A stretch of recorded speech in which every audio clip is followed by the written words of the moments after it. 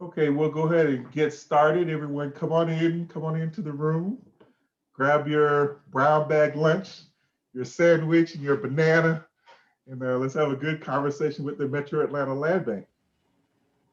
I'm really excited about our webinar. This is the fourth in a series that honestly have been growing in anticipation and interest from stakeholders like yourself, and I'm really excited to be a part of presenting them. My name is Reggie Hammond, and I am managing partner for Your Crescendo, and we've had the honor of engaging the Metro Atlanta Land Bank to not only craft their strategic articulation, but now we're helping them build the brand on the purpose we declared in that strategic plan. Part of that has been this webinar series to really kind of address some of the fundamentals about land banking and the history and the work of how the land bank works, specifically the Metro Atlanta Land Bank. So we are excited today to have a good 1-2 punch, a duo of sorts of presenters. We'll have first Chris Norman, who is the executive director for the Metro Atlanta Land Bank. And then we'll have Terica Bashir, who is the program director. So without further ado, I'll turn things over to Chris. Chris? Excellent. Thanks a lot, Reggie. And welcome everyone to this ongoing series of information about the land bank and everything you want to know in detail. And as Reggie said, it's a chance for us to get to know you a little better and for you to hear from us directly. And hopefully we can continue to address a lot of questions that you have about the mysteries of the land bank. So again, I'm joined today with Terica Bashir, program director. You'll hear from her shortly.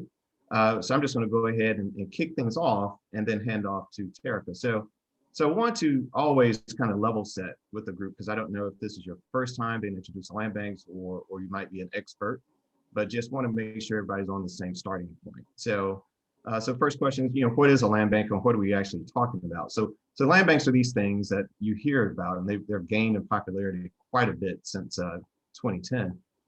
So these are these nonprofit public agencies, mostly public agencies, authorities, or entities that are really created by the local governments that are really assisting with this series of properties that all municipalities, cities, and counties have throughout their regions. These underutilized, these vacant, blighted, tax delinquent properties that everybody's trying to figure out how do we bring it back to life. And so we focus on really acquiring control of, managing, and maintaining and facilitating these properties to get them to a productive use. And so, as we say here, this is a tool. So the land bank in itself is not the sole solution for all of your problems, but we have found in Atlanta and also across the area that this is a essential tool in your toolkit to work with other agencies and developers and et cetera to bring these properties back online into productive use. And productive use, we feel, includes you back to paying taxes, you're basically compliant, and hopefully in the instance of community space, you've created something that everybody can use and benefit from. So you go to the next slide, Terica. And so our company as a land bank is really focused on this acquisition and disposition. So you have this continuum of real estate development. So we're not in the development end of the spectrum where we could be, but we just choose not to be. We're focused on acquiring and disposing of these property assets. And one thing we always want to point out, we do not have eminent domain authority or taxing authority. Those things remain with your city and they remain with your county. We can participate on the back end of those actions that are facilitated or started by the city or county, but we do not have the authority to do that. So Terica, next slide here. And so also one thing to point out, so sometimes the administrative or legal barriers of getting property back out can be substantial.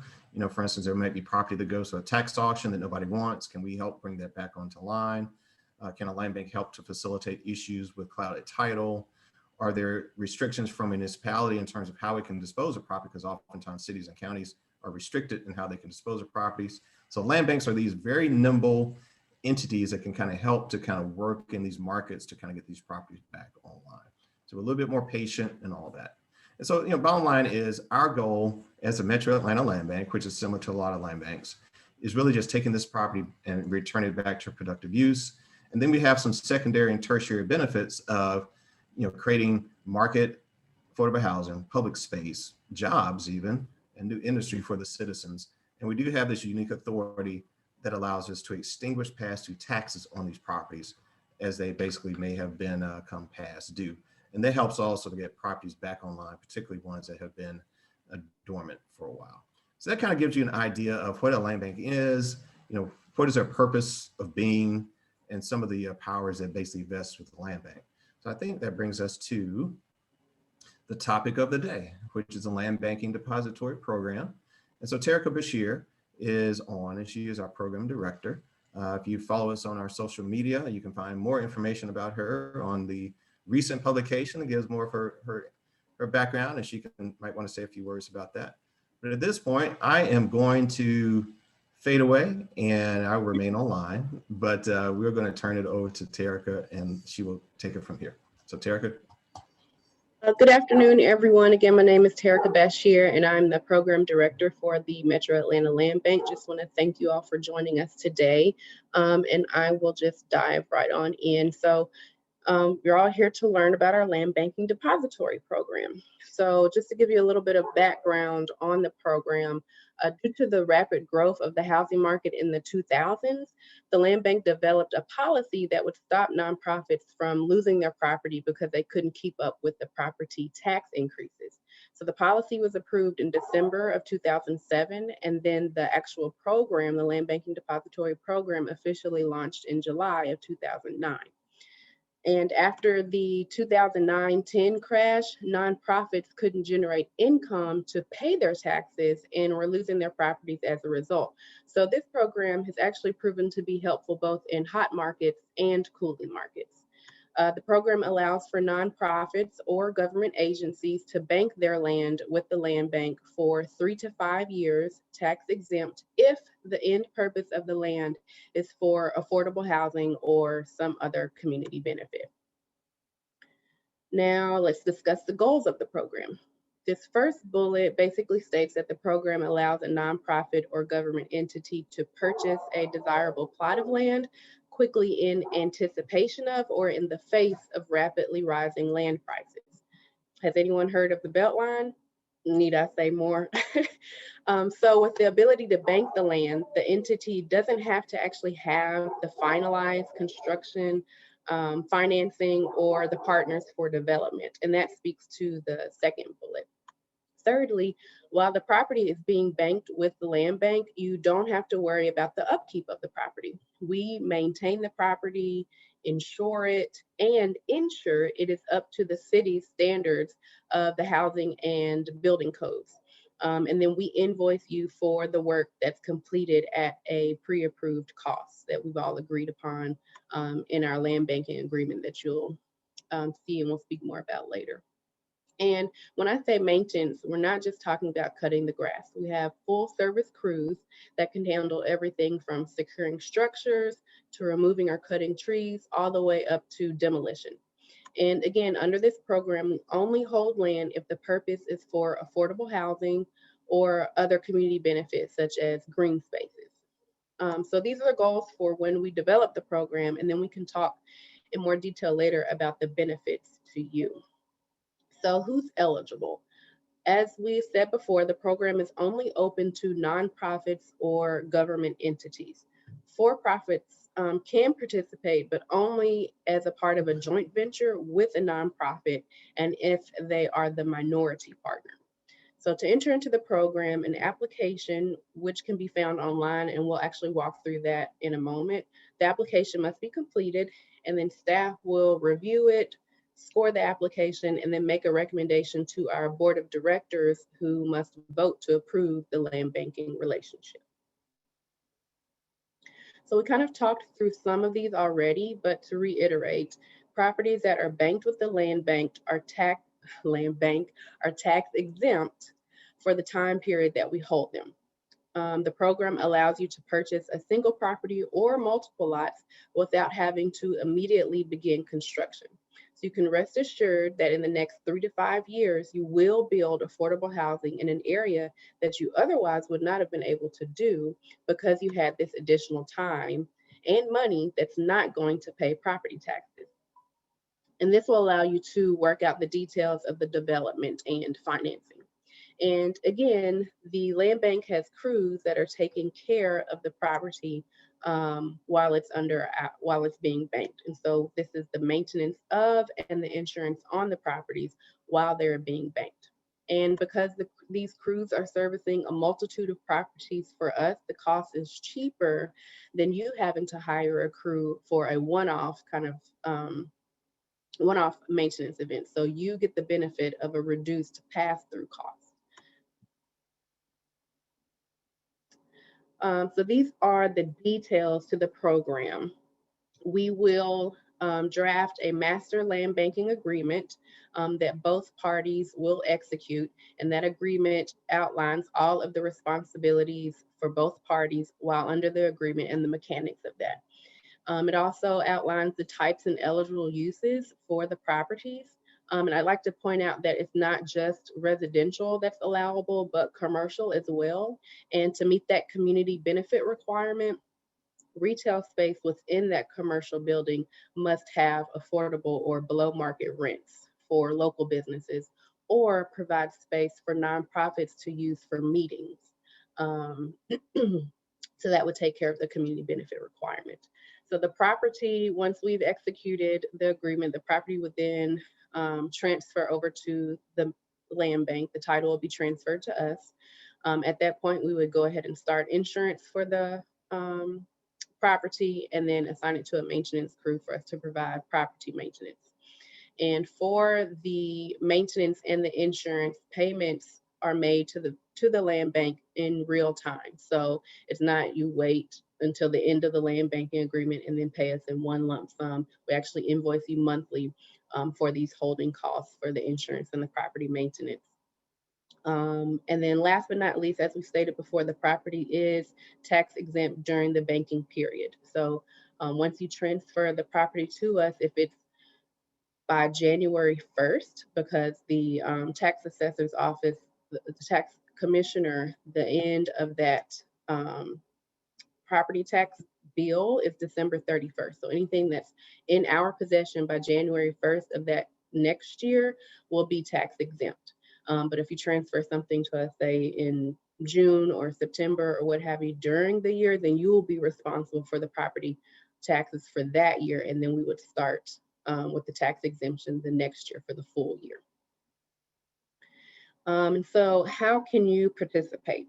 So again, you must submit an application, and the submission of the application can actually be done prior to actually owning the property that you would like to bank. So you don't have to have purchased the property and then hope that you can get it banked and then, have that hanging in the air. You can know that we will bank it and then proceed with your acquisition.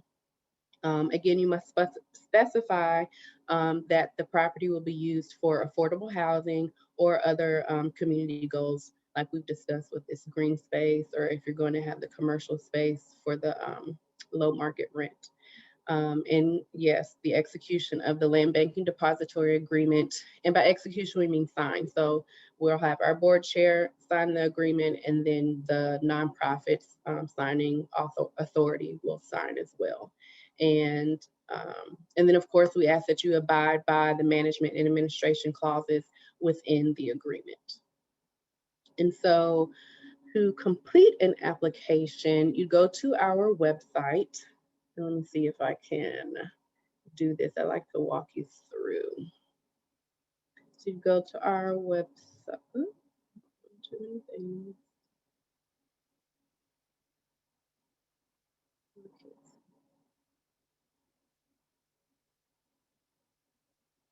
How do I get this up?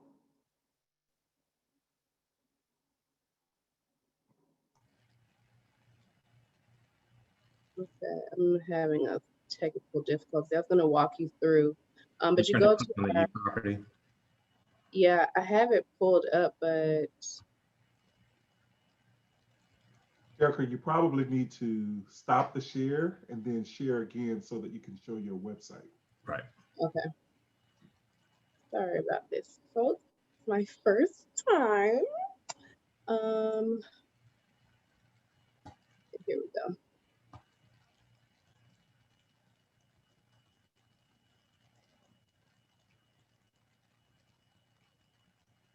Okay, so you go to our website, which is And I'm sharing it. metroatlantalandbank.org. FYI, it's not, you can't see it, but that's okay.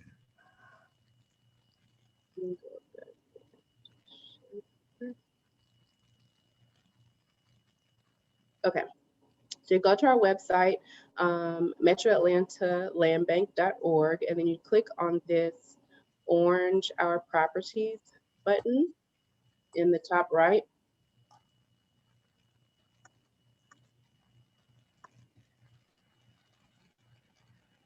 And that takes you to our database. And here you see all of the properties that we have available. So if you want to just kind of search through, you're welcome to do that. But to complete the application for the land banking, you come here, log in, you create your own username and password. And then you log in here.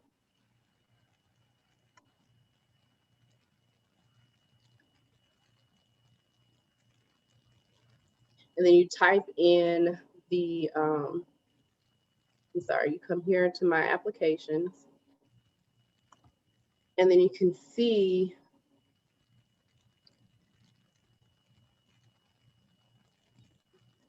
you'll have, I think yours might look a little different because I have different levels of authority, but you would submit it would say land banking application, and you would submit the application through this portal. And once you create that username and login, you don't have to do the entire application in one sitting. That will allow you to leave and come back to it at a later date. And now I'll try to go back to the presentation. And as she's doing that, I just point out that you can't start the land banking application without contacting us first. So we do need to set up some things to make sure you are teed up to actually do the application. So you would have to talk to Terica before you start.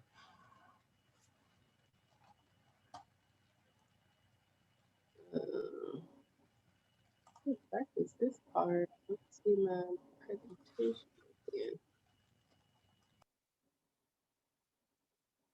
Okay, share.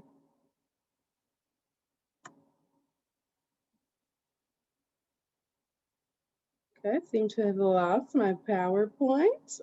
Okay, here we go. Sorry.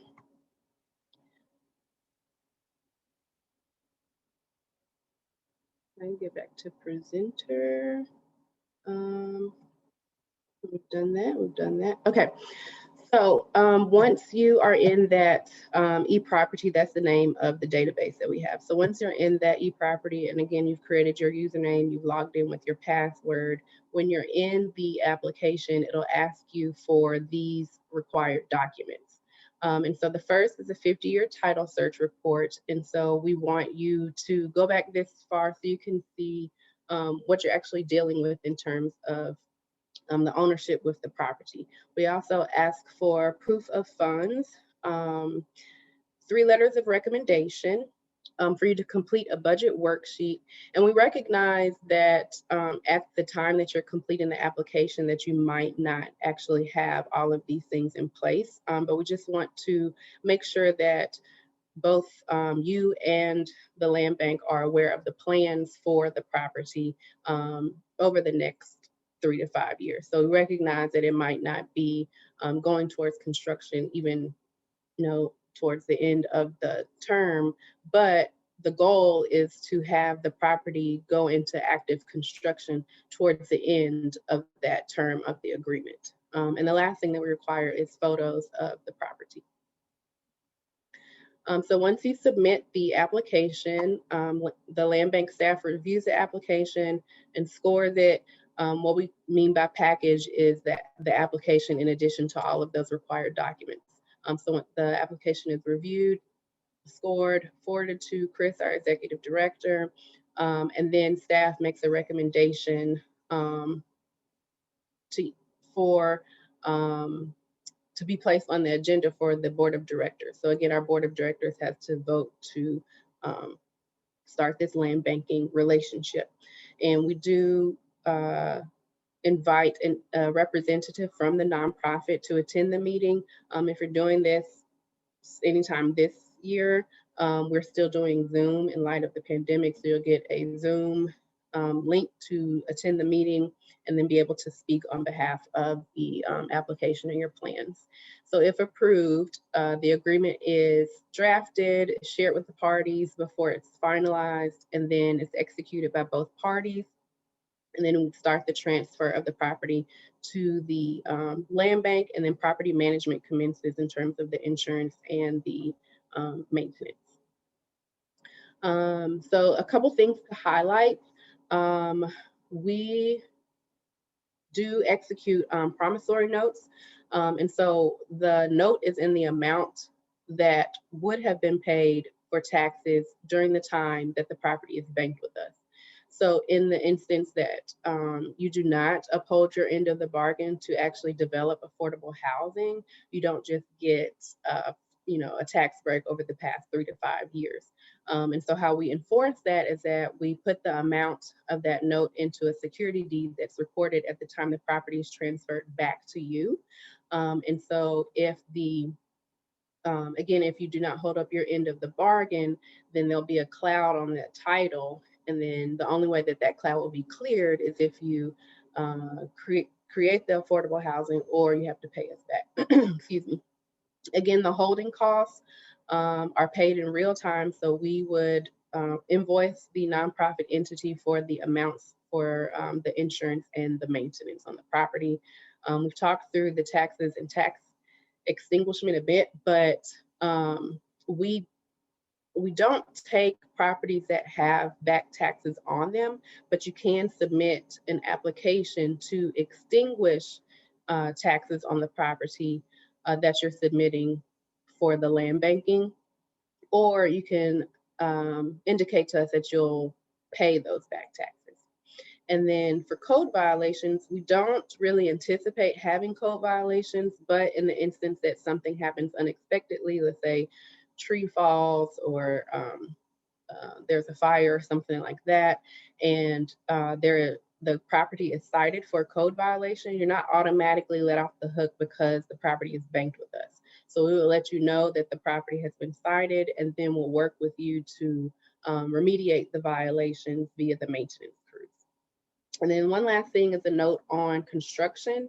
While the property is banked with the land bank, we are the title holders. It's technically our responsibility. And so we do not allow you to alter the property in any way or start construction until we've transferred the property back to you. And that's notated in the agreement, and there'll be additional details around that.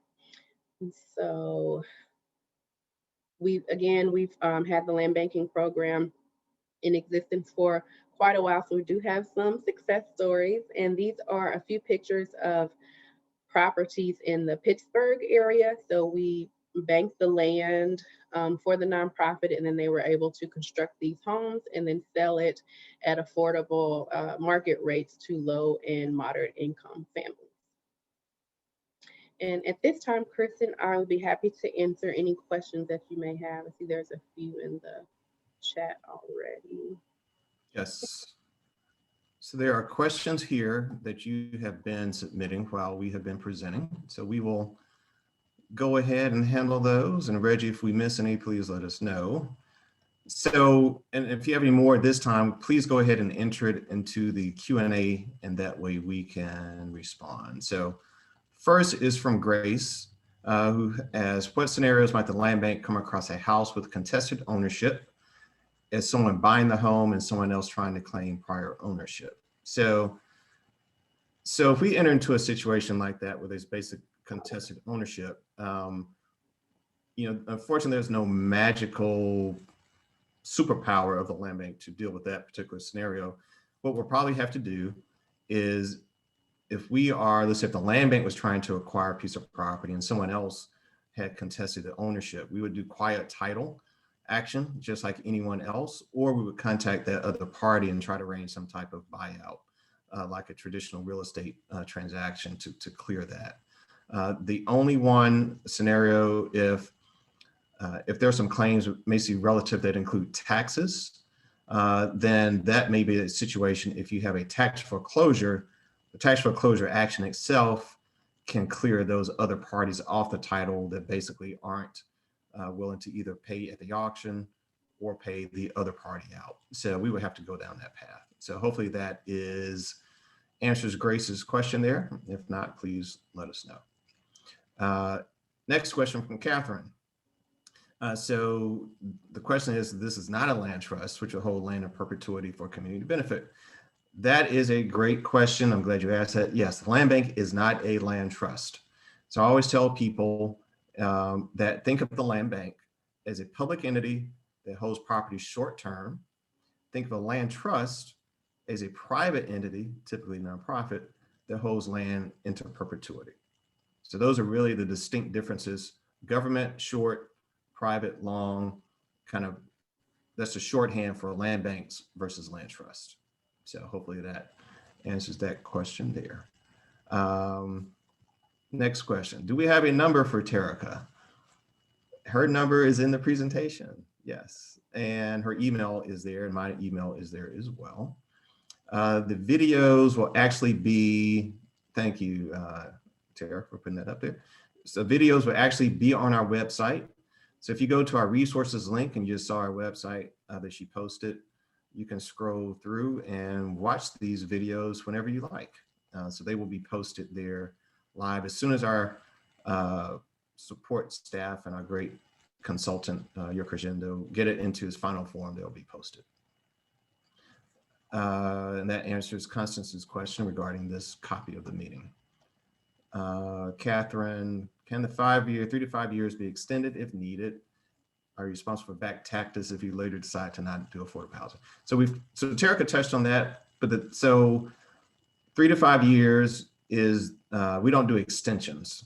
So what we do is that first period will expire. Then you will have to submit a new application to basically, it can be while the one's still active, but it gives us a time to kind of relook, examine who, what you're up to, your capabilities to finish. And then if we approve it again, we're entered to a new agreement for 3 to 5 years. So that's basically how we deal with a new land banking agreements. And we have done that with other groups. So there's precedent for us doing it, but yes. And your other question, yes, as Terica pointed out, the goal of land banking, the depository arrangement is for our partners to deliver a product to the market and also to remediate an issue. So the reason we put the promissory note and security deed in place is that in essence, you have had 3 to 5 years of not paying taxes to support the operations of the city, the county, and the school system. So we think it's a fair trade-off that if you decide that you do not want to do affordable housing, you've changed your mind, then we need to recoup those taxes that we should have received, we being the city, the county, and the school system. So yes, you will have to pay those taxes off to clear that cloud that Terica mentioned. So, and Terica, how do they make an appointment with you? I have, if you can still see the screen, the best way is to email me. So that's tbashir@metroatlantalandbank.org. Most of the questions I'm able to answer over email. In all honesty, we are still working from home during this pandemic, and I have a quite busy 2-year-old. So phone calls are a little difficult. You might hear some screaming or some haze and stuff in the background. So email is less disruptive, but that is also the direct number that you can reach me if it's more of a complicated question that we need to discuss. But I would still, like I said, email the questions first, and then if it's complicated, we can set up a time to discuss. Excellent. So our next question from Alicia is, can an entity that is a federal contractor acquire property for government purchase work? So I'm trying to see make sure I understand that question. So if it enters a federal contract, can they acquire property? Oh, can they work with the land bank? So we'll evaluate, regardless of who you are, you have to be a nonprofit entity or you will have to be a governmental entity. And so if you fall into those two buckets, then yes, we can figure out if you can work with you under this particular program. If your question, Alicia, if you're trying to figure out, is there a way to do additional work outside of the land banking depository program, there may be some way for us to work together, but I would suggest then you reach out to us, either reach out to Terica or to myself individually, and we can set aside some time to talk and make sure we understand exactly what you are asking. So hopefully that was helpful. Chris, can I interject yes. for one quick second, please? And Terica, would you mind going back one slide? We intentionally designed this experience for it to be the first half hour, the presentation, and then an optional Q&A, and we've kind of gotten to that point. Yeah, so we're going to continue to answer the questions, which is an optional part of the experience. But before you leave, one of the things that will be most helpful for us is for you to provide feedback on this experience. And we ask that you simply do it in the chat box by answering 2 quick questions. One, on a scale of 0 to 10, would you recommend this webinar to a friend or colleague? And then the second question is why?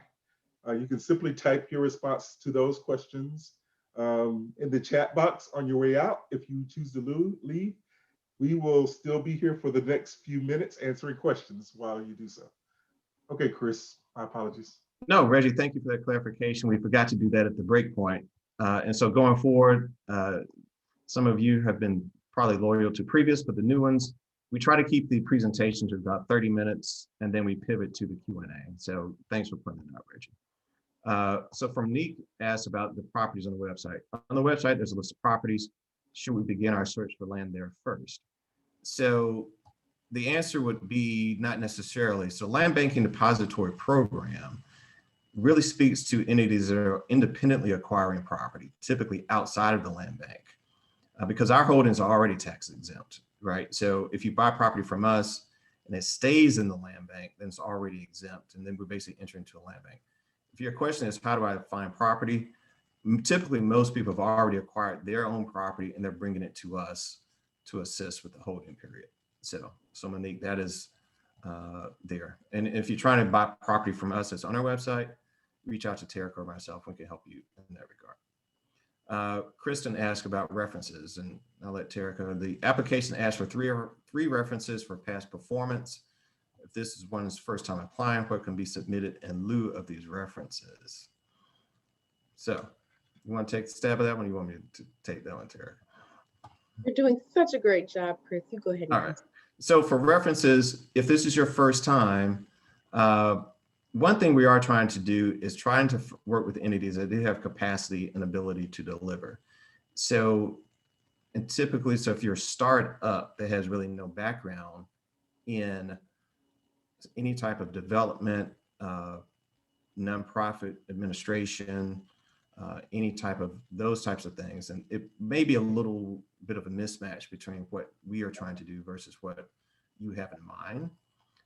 So we would talk to you about that, but we typically, there's no substitute for that. The reference may speak to your performance in another capacity. Let's say you were a project manager for a developer, and then you have experience in that regard. That may be something that gives us confidence in your ability to execute. But we really ask for references to have an independent voice speaking to your ability to do what you say you're going to do. Because we also don't want to have these banking agreements with entities for 3 to 5 years that basically can't do what they're saying they're going to do. So unfortunately, there's really no substitute for that. If the property is commercial, does all space within the property have to be leased at below market? If not, is a percent for rent or lease unique to the property?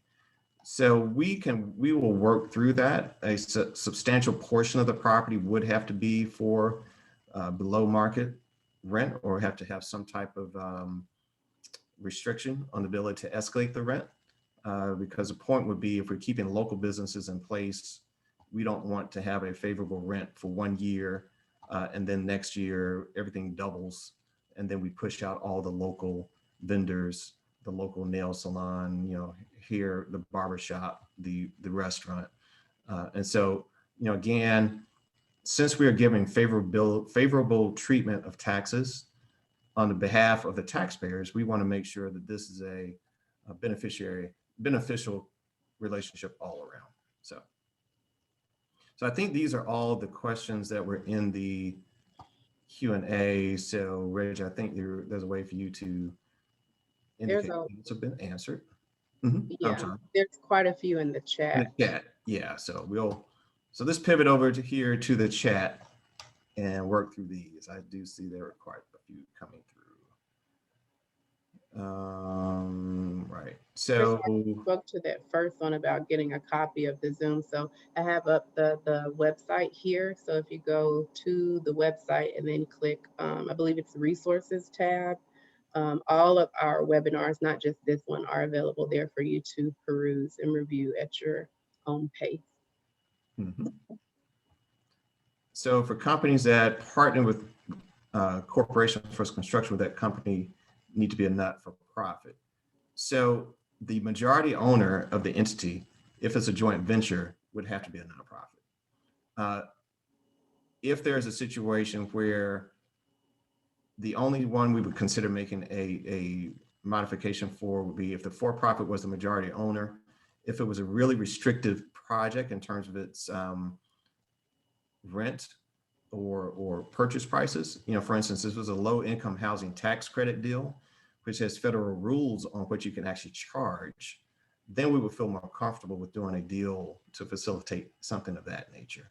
But we're typically really doing this for our non-for-profit partners, doing affordable housing and our governmental partners. So, are there opportunities for individuals and for-profits? So good question, Phoebe. We do not offer this for individuals. This is only for corporate entities. This is really only for developers. So if you're an individual and you have a property that you would like to build your own personal residence on, unfortunately, we will not be able to give you tax exemption before you bring that property to online. So. But outside of land banking, there are other opportunities to work with us. We do have several other programs that are listed on our website under the programs tab. So if you're interested in acquisition, again, you can go to our website under our properties and there's go to our database, and that is open for individuals and for profits. And we'll also have some RFPs opening up later this summer that will also be open for other types of entities to participate. Absolutely. Thank you, Terica. Next question, does purchase have to be a nonprofit only? I think we've talked about the participating entities, nonprofits and government agencies. Rafini asks about the flow here. So a little bit wrong, and Rafini, so we'll get some clarification for this. So the way that works is the land, basically, think of us as a bank, but as opposed to you depositing cash, you're depositing land. So just as you put your money in the bank and when you're ready to use your money, you take it out or use your credit card. In this case, debit card rather. In this case, you're putting your land in the land bank until you're ready to put it into production, and then you take it out and it goes into production. So remember, when Terica said that we do not allow construction on the property while it's held by us. So the minute the property goes out of the land bank, it goes back to you. It can't go back to anybody else. It goes back to the party that gave it to us. The land bank is off the title and we are no longer involved in that property. So the last point you make here, Rafini, is that no, the land will not be owned by the land bank once it is transferred out. And so in terms of the terms that we're using here, the property that you're conveying to the land bank is not being sold to the land bank. It's being transferred to the land bank under a land banking agreement. When you're ready to get it back, the land bank is not selling you the property. The land bank is transferring the property back to you. And then you, at that point, are able to either develop it and rent it as a rental property, or then you sell it to another party. So we just want to make sure everybody's clear in terms of how this thing all comes together. So hopefully, Rashfini, that helped to clear that up. Right. And so from end to end, you identify the land, submit your application, or you could submit your application. Well, you identify, submit the application. You can either do that pre or post purchasing of that land. Then once the land banking agreement is approved by our board, then we'll do the land banking agreement. All parties sign. At that point, we will take over the property maintenance, so the insurance and maintaining the property. And that's the start of 3 to 5 years. And during that time, you can identify your financing partners, secure your financing, secure your development partners. And then once everything is in place, you'll contact me and say, I'm ready to transfer the property out of the land bank. And as Chris stated, there's no money exchange. So it's just transferring the title via deeds. So we transfer the title back to you, and now you have all your people and your financing in place, and you're ready to start construction. And as Chris stated, then we're hands off. We transfer the property back to you. It's all in your hands. You construct the property, and then you sell it at the affordable rate per the agreement. And then you don't have to worry about paying us back with a promissory note, because you have fulfilled your duties per the agreement by creating an affordable housing unit. Right, and not to interrupt you, Terica, sorry. The last point I was going to make is what you just touched on. So the notes are released when you guys have basically completed the project and you're ready to either sell it or do anything of that nature. So we don't, so when we give the property back to you, we don't release the note. We actually wait until you actually are demonstrated you're doing what you're doing, then we'll release it. So I just want to make sure we're clear on that. But yes, I think you answered the question there. Will using the property as an assisted living home be a viable option? So again, affordability is key. So if this is an affordable assisted living property, then we can consider that as an eligible post land banking depository use. If it's going to be a high-end market luxury assisted living home, no, we're not going to help you with that project. There's enough profit in that to support paying the taxes on its own. So I hope everybody understands. So we're getting to understand the theme here. If the market can support paying the margins and the taxes and everything else without us, then you can proceed to do that.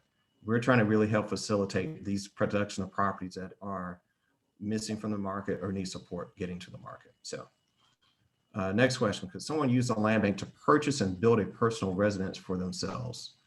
So we're not a broker agent, so we don't buy property for people. If that's your question, no, you could actually buy a property from us that we have that's eligible and then build a personal house. But we don't, you can't call us and say, hey, I want to buy a house on 123 Main Street. Could you go buy it for me? And then I'll buy it from you. We don't do business that way. So hopefully that answers your question there. Right. Let's see here. I'm looking to confirm land is, this is from Dina. The land is never owned by the nonprofit. So no, the land is actually owned by the nonprofit. So you own it first, then the land, I may have already answered this question. So again, we just reframe it one time. You own the property first, you transfer it to us, and we transfer it to you back. And just make it clear, when we're doing these transfers, the land banking agreement speaks to the point that says, the land bank, Terica can't just one day decide that, you know what, I'm tired of holding this property for Invest Atlanta. Somebody called me about it, so I'm going to transfer it to this new developer in town. We're legally bound to not do that. The agreement basically says that property can only come back to the entity that gave it to us, unless that entity tells us to give it to somebody else. So yes. So hopefully, Dina, that clears that question up. And I'm not sure. Looks like the next one is from Dina Gonzalez. Yeah, I think that's a comment. Yeah. And once you build affordable housing by the nonprofit and sell it, will the new owners own the land? Yes, I think we've answered that. So yes, the land bank is out of it. And the only thing that would have any type of ongoing interest would be if you've done a project that maybe has down payment assistance, that has a long-term lien, or the mortgage or anything else. But the land bank is out. So when that property goes into effect, the land bank, we're out of the transaction. After we release the security deed, we're out. I'll make that clear. So that would be our last bit of interest in that property. So I think these are comments. Thank you for the positive comments here. There's a question here about prices. So again, since the way we operate, the price properties that are available under the Sheriff and Marshal deed program, they are based on the appraisal, 40%. And since the market fluctuates, we ask that you do an appraisal at the time of interest, and then we will basically create pricing off 40% of that. So we are not, so don't think of us as the MLS system or a typical real estate listing where you're going to go and see, oh, this house is 10,000 today. And so that's not how we operate in terms of what we do. The properties that are available, you will see that is a metric for how we do it. We once or twice a year, we will sell surplus property, and those will have dates. I mean, prices, those will be held, that'll be done by real estate agents. That's only once or twice a year. So if you don't see a price on the website, that's because we're not looking for offers. We're looking for an application and a story. And that's the difference between a land bank selling property and a broker selling a piece of property. We're interested in more than just the number. And also to note, as Chris said, we're interested in more than just the number. So it's not just that you get the appraisal and pay the 40%. There's also an application process for the Sheriff Marshal deeds as well. It's actually the most of the same required documents that we went through earlier. So proof of funds, your budget worksheet, 50-year title search, things of that nature. And again, all of this can be found on our website.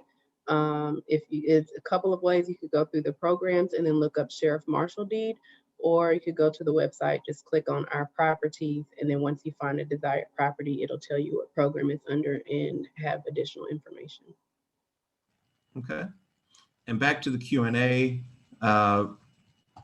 The questions here, first is, I think I already answered this question from Alicia about the percentage of the space that have to be rented.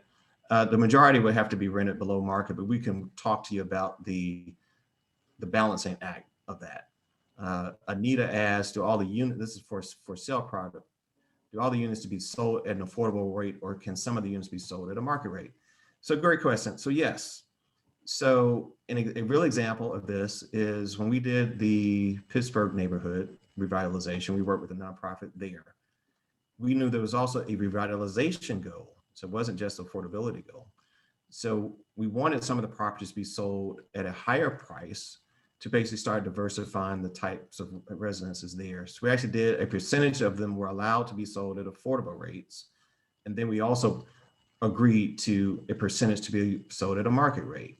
We also understand the economics of nonprofits that, sometimes you do have to do market product to give you enough income to cross-subsidize the affordable units. So we understand that aspect of what everyone's trying to do and try to work with everybody in that regard too. So it may not be 100% affordable.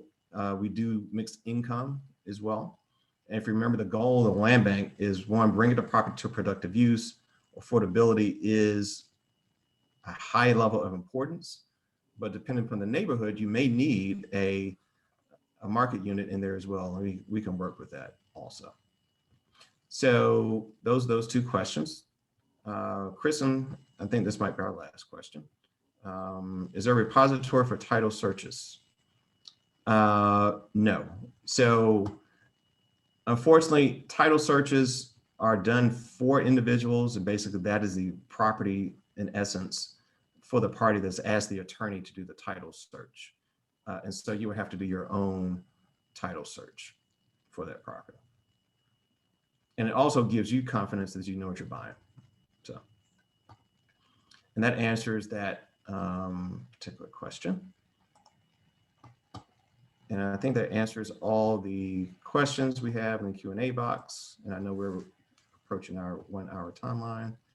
I see again, a few people that joined late are asking if the Zoom is, the webinar is available on our website. And let me put the website back up. Under resources, you can see this webinar as well as others that we've done on different programs. Right. And again, I will also be, go ahead, Tiff. Sorry, I was just going to read it off, that it's metroatlantalandbank.org. Right. I'll also forward it to the, if you registered for this or any of the previous webinars, I'll also forward it out to you via email. Great. And so if you go back one more time to the polling one. Yep, there you go. So I think at this point, Reggie, we may have answered all questions and I think covered. And I Terica, believe so. did you have anything else, Terica, that you wanted to share? No, just thank everyone for your time and your interest. And again, check our website. We have lots of information there. And it looks like most of you stayed for the Q&A. So thank you for your time and have a great day. All right, thank you. And Reggie, we'll let you close us out. Absolutely. It's been another great webinar. Thank you again, Chris and Terica. Please, as you're leaving, answer our 2 questions. That first, on a scale of 0 to 10, would you recommend this as and other webinars to a friend or a colleague, with a 10 being you definitely would recommend it, and a 0 being you would not? And then the second response should be why. What would be the reason why or why not? Thank you again for joining us. We've really enjoyed bringing you all this series of webinars. The interest has been very encouraging and even inspiring. So thank you again. Look forward to the one coming up in the last Monday in May will be excuse me, our next webinar. Mm-hmm. With that said, everyone have an amazing Monday, and we look forward to seeing you next month.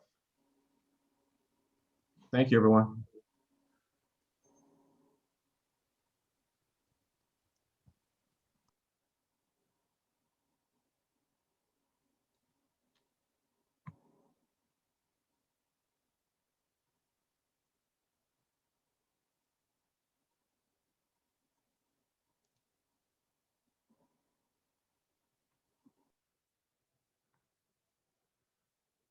Nice job, sir. Thank you.